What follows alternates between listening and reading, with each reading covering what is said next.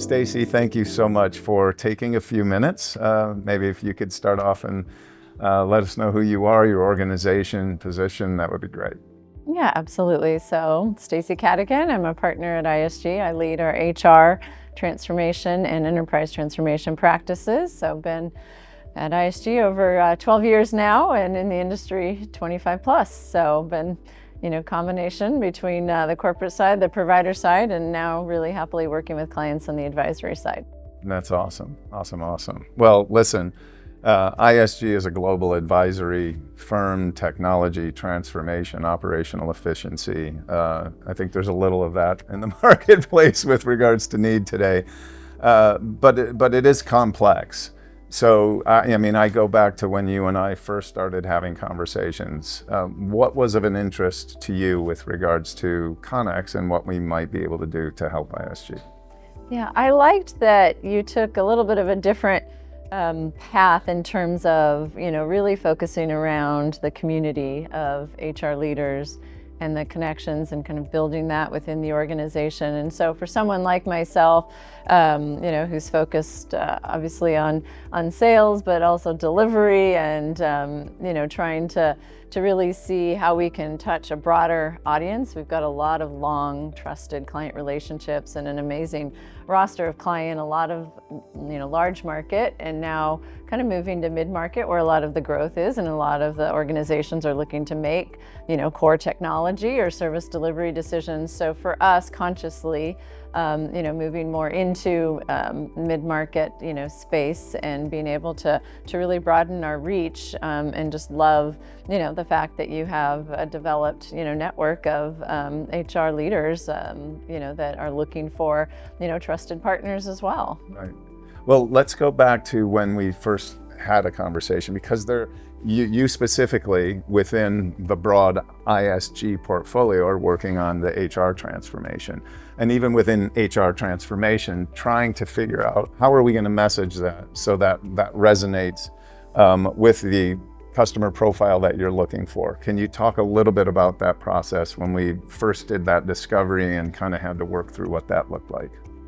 Yeah, so there was a little back and forth and a little evolution in terms of getting the right, messaging out. It was interesting to see from an external perspective how our messaging within ISG was perceived. I think that's always good for organizations to kind of step out of just the internal bubble and see how is it actually being perceived in the market and where truly are differentiators. So I remember, for example, in one of the messages around, well, gosh, we've got all this great operational expertise. We have folks that have run HR operations, we operate, we've got all this. And to hear the message, well, there's a bunch of others that are saying the same thing in the market as well. So, just kind of getting a different perspective to have to really sharpen, what that, messaging is and what's really going to resonate and sound, different in the market, because organizations obviously have lots of choices. And so what truly is viewed in this market, as a differentiator, I think was an important process to go through. Awesome. Yeah. And then, so we go from that, where we finally landed on what that looks like, to procuring opportunity. And part of procuring opportunity and where we look to really just set ourselves apart is how we prepare our partners. Can you talk a little bit about the preparation that we do by preparing you with the opportunity reports? Yeah, the opportunity reports are really helpful to get a better context, so we don't go in cold to the conversation and we're asking general high-level questions, in terms of, where are you in the process? What's most concerning? And just asking general questions today, feels like it's not adequate. I mean, you really need to go in with intelligent, sharp questions and respect, the leader's time, that you've done your homework, that you understand the context of where they're coming from and kind of get to that next layer. And so I think, going in with the context around the opportunity report does that in a way that, wouldn't have the opportunity to do directly myself, and it would take a little while, to get there, versus being able to start at just a better place in the conversation. Yeah, which I think is really important with your work. It's different when you're a product, but when you're going in and you're consultative and you're looking at transformation, not only is there a lot of complexity around that, that's a function of time, whether it's the front side and or just the pipeline procurement too, because these are long sales cycles. Is that something that maybe you want to shed some light on how we work through that?